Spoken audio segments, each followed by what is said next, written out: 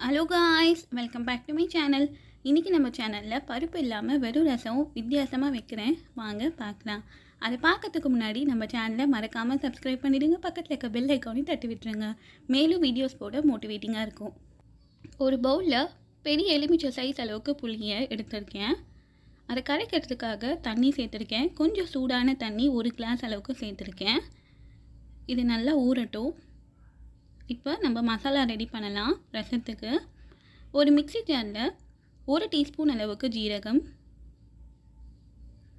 1 teaspoon அளவுக்கு மிளகு, 4லேருந்து 6 பல் பூண்டை தோல் உரிச்சிட்டு சேர்த்துக்கலாம். ஒரு கைப்பிடி அளவுக்கு கொத்தமல்லி சேர்த்துட்டு கொஞ்சம் கூட தண்ணி சேர்க்காமல் நல்லா அரைச்சி எடுத்துகிட்டு வந்துடலாம். கொஞ்சம் கோஸாக பாருங்கள், இந்த அளவுக்கு கோஸாக இருக்கணும். இப்போ ஒரு வாணல் எடுத்து வச்சுக்கலாம். ஒரு மண் சட்டி வாணல் எடுத்து வச்சுருக்கேன். இதில் 1 ஸ்பூன் அளவுக்கு எண்ணெய் சேர்த்துட்டு எண்ணெய் நல்லா சூடாகட்டும். எண்ணெய் நல்லா சூடாகிட்டக்கப்புறம் 1 டீஸ்பூன் அளவுக்கு கடுகு ஓரளவுக்கு பொரிஞ்சிட்டக்கப்புறம் 1/4 டீஸ்பூன் அளவுக்கு வெந்தயம் நிறைய சேர்க்க வேண்டாம். கொஞ்சமாக பெருங்காயத்தூள், இது கூடவே ஒரே ஒரு காஞ்ச மிளகாய், கொஞ்சமாக கருவேப்பிலை சேர்த்துட்டு நல்லா பொரியட்டும். அரைச்சி வச்சுருந்த மசாலா பொடியை இப்போ சேர்த்துக்கலாம். சேர்த்துட்டு இப்போ நல்லா வதக்க போகிறோம் எண்ணெயில். அதோட பச்சை வாசனை போகிற வரைக்கும் நல்லா வதக்கி விடலாம். நல்லா வதக்கி விட்டாச்சு. ஒரே ஒரு மீடியம் சைஸ் தக்காளியை கட் பண்ணி வச்சுருக்கேன். அதை சேர்த்துக்கலாம்.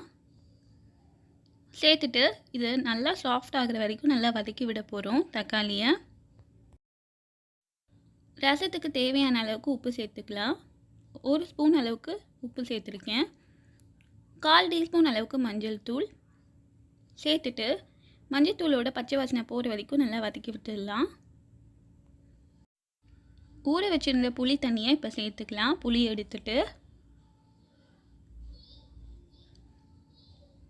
இது கரெக்டாக நம்ம 1 கிளாஸ் அளவுக்கு ஊற வச்சுருந்தோம். உங்களுக்கு இந்த குவான்டிட்டியே போதுன்னா விட்டுருங்க. நான் இதில் கொஞ்சம் 1/2 கிளாஸ் அளவுக்கு தண்ணி சேர்த்துருந்தேன். தண்ணி சேர்த்துட்டு ஒரே ஒரு முறை கலந்து விட்டுடலாம். இப்போ புளி தண்ணியோட வாசம் கொஞ்சம் கூட வரக்கூடாது. லிட் போட்டு க்ளோஸ் பண்ணிடலாம். ஒரு 3 நிமிஷம் லோ ஃப்ளேமில் விட்டு எடுத்துடலாம். 3 நிமிஷம் கழித்து பார்க்கலாம். ரசம் நல்லா கொதித்து வந்திருக்கு பாருங்கள். வாசனையே ரொம்ப நல்லா இருக்குது. ஃபினிஷிங் டச் கொஞ்சமாக கொத்தமல்லி சேர்த்துடலாம். ஆக்சுவலாக நான் கேஸ் ஆஃப் பண்ணிட்டேன். கேஸ் ஆஃப் பண்ணதுக்கப்புறமும் நல்லா கொதிக்கிது பாருங்கள்.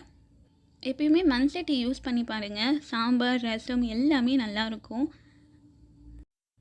இதை இப்போ ஒரு பவுலில் ட்ரான்ஸ்ஃபர் பண்ணிடலாம். ரொம்பவே வித்தியாசமான சுவையான ஒரு இன்ஸ்டன்ட் ரசம் செஞ்சு முடிச்சிட்டோம். நீங்களும் இதை ட்ரை பண்ணி பாருங்கள். ட்ரை பண்ணி பார்த்துட்டு உங்கள் கமெண்ட் சொல்லுங்கள். தேங்க்ஸ் ஃபார் வாட்சிங்.